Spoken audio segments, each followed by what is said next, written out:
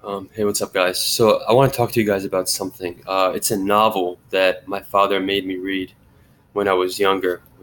Called The Glass Speed Game, and it's a novel written by an author known as Hermann Hesse, and it won him a Nobel Prize in literature. And what the novel basically is it teaches. It's about intellectuals, and it teaches the struggle between the secular world and the worlds of the intellectuals.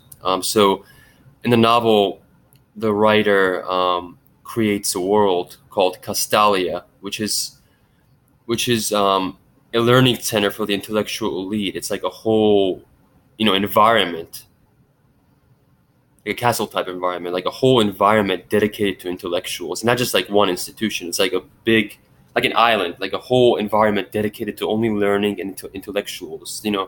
Dedicated to the mind, to thinking, to thinkers. And what is so interesting is Joseph Knecht, who is the main character in the novel. He progresses from stage to stage to higher stages of learning, and he achieves the highest degree in the order as a magister ludi, magister ludi.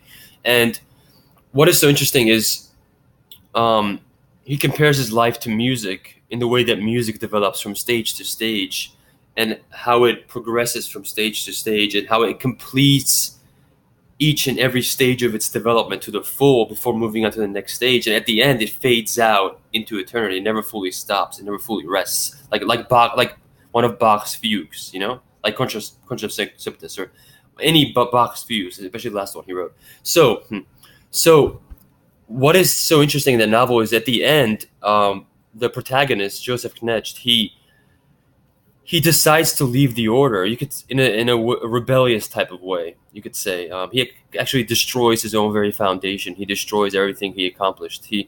And the reason, from what I remember, the reason he puts forward is it's not right to isolate oneself from reality. In a world where history does not exist, in a world where reality does not exist, you know what I mean? Like a utopia. And he has an argument against that at the end if you read the novel. And but what is so interesting, though, is I find nothing wrong with the idea of a Castalia, of an intellectual world for the elite, because I believe intellectuals need to be separated from the secular world in the sense that the secular world poses a threat to intellectuals.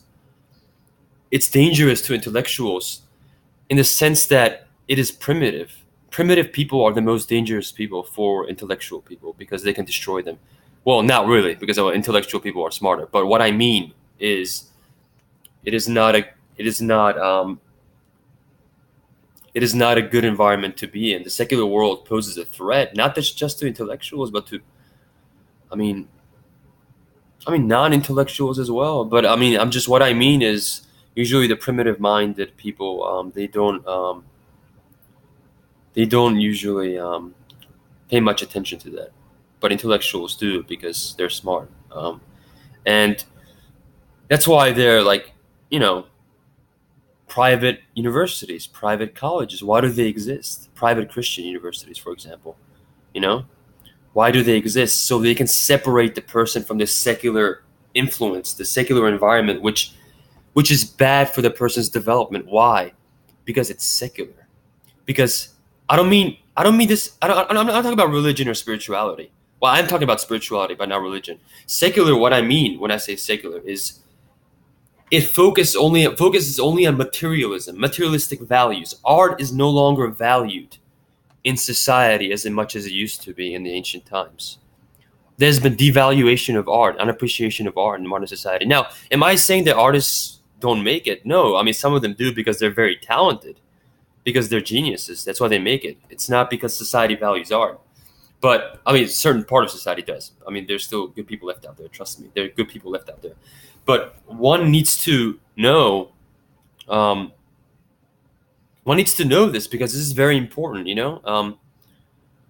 It's important to know this because I believe I don't believe intellectuals should be isolated from society, but I believe there needs to be a separation between the secular, primitive-minded state of people and the intellectual elite. Even if you're not an elite, even if you're a thinker, great thinker, a good academician, a good student, that's good enough for me.